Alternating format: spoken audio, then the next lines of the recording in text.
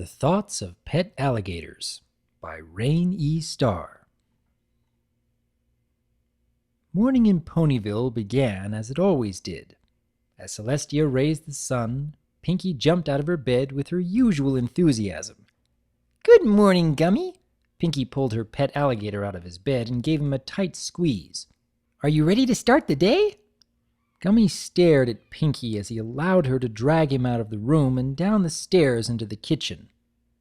"It depends on what you mean by start the day," he mentally noted. "Technically, doesn't Celestia start the day when she raises the sun? Alternatively, perhaps she raises the sun to symbolize the beginning of the day. Where does the concept of day start? Is the sun needed for the day? And if so, is the moon needed for the night? Why then do we call the time of a new moon night? The phrase new moon is also a strange conception. How can the moon be new if we cannot see it in the sky? Does the phrase new moon suggest that a new moon will come as opposed to a new moon being present? How does one go from a simple phrase of greeting to a brief analysis of the terminology of the moon's cycles? I won't even start on the concept of a good morning. "Now it's time for some baking," Pinky cheered as she jumped up and down in excitement. Gummy was vaguely aware of what was going on as Pinky stuffed him into her mane as she began her daily routine of work. Gummy was content to simply lie there. After all, his short legs would not take him very far, even if he reached his top speed of half a step per second. He found no reason to not remain where he was and think as he observed Pinky's day. "She puts her heart and soul into creating those delicacies," he thought as he licked his lips. His eyes were on a set of freshly baked cupcakes that Pinky was currently decorating. "Her cutie mark shows her purpose in life is to throw parties, yet she finds the strength in herself to pursue other talents such as baking. She is one of the ponies who managed to break the mold of their destinies to expand their horizons. How often do other ponies do this?" "Want a cupcake, Gummy?" Pinky asked as she gazed up at the mass of curls that made up her mane. "The cakes don't mind as long as we leave enough for the customers." Gummy licked his eyes.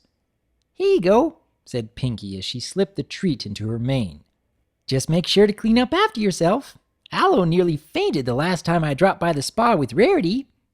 Gummy looked at the cupcake with a distant expression on his face. "It truly is a wonder how these earth ponies manage to go about their lives. They are unable to fly from troubles or manipulate the forces of nature like their Pegasi counterparts. They cannot learn multiple shortcuts to the hard work of life like unicorns. They simply plow through their challenges with an unbridled amount of energy and determination.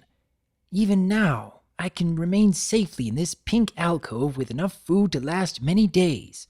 She doesn't even have to consciously attempt this because the amount of effort required is infinitesimally small compared to the amount of energy she uses to complete her daily tasks." Gummy slowly padded over to the cupcake. Despite the fact that Pinky had roughly stuffed it into her mane, it was still as perfect as ever. Gummy stuck out his tongue and licked off all the icing from the cupcake. "Icing is the best part of any confection. It's sweet, it's fluffy, and no teeth are required to consume it. Why have icing on the cake when the icing could be the cake? Ponies are strange creatures." Gummy wrapped his tongue around the rest of the cupcake and swallowed it in one bite. "Without their delicious icing, cupcakes appear to be hardly anything but over-glorified muffins. What is the difference between a cupcake and a muffin, then? Are the differences nothing more than constructs that were set in place so long ago that no pony dares to question them? Is there a law or rule book describing the differences? Can some pony take a muffin, top it with icing, and declare it a cupcake with retribution from the government or dessert unions? How does one even discuss torts over the terminology of baked goods?" Pinky interrupted Gummy's thoughts by pulling him out of her mane. "Sorry, Gummy. I've got to wait on tables and the cakes don't like when I take you along," she said apologetically. "I still don't understand why. I mean, it's not like any pony's going to see you, and you never know when you could use a pet alligator in your mane. I mean, what would happen if I met a customer that wanted to meet a baby alligator? And if I didn't have you in my mane, I'd have to say, sorry, I have a baby alligator named Gummy, but I'll have to go grab him real quick. But what if they have to leave right away and I don't have time? Gummy tuned out Pinky's ramble as he delved into his own thoughts. Perhaps I cannot be around the customers for fear that my exposure would be frightening. Ponies are very easy to frighten, so they could easily mistake me for a fully grown alligator. In fact, I have been called a crocodile and a dragon on multiple occasions. Can they not tell the difference between reptile families? Or do they simply not bother to distinguish us due to our similar appearances? Regardless, it is offensive to refer to one as a different species than it is. Do you know how many mares simultaneously combust when referred to as a buffalo or a pig?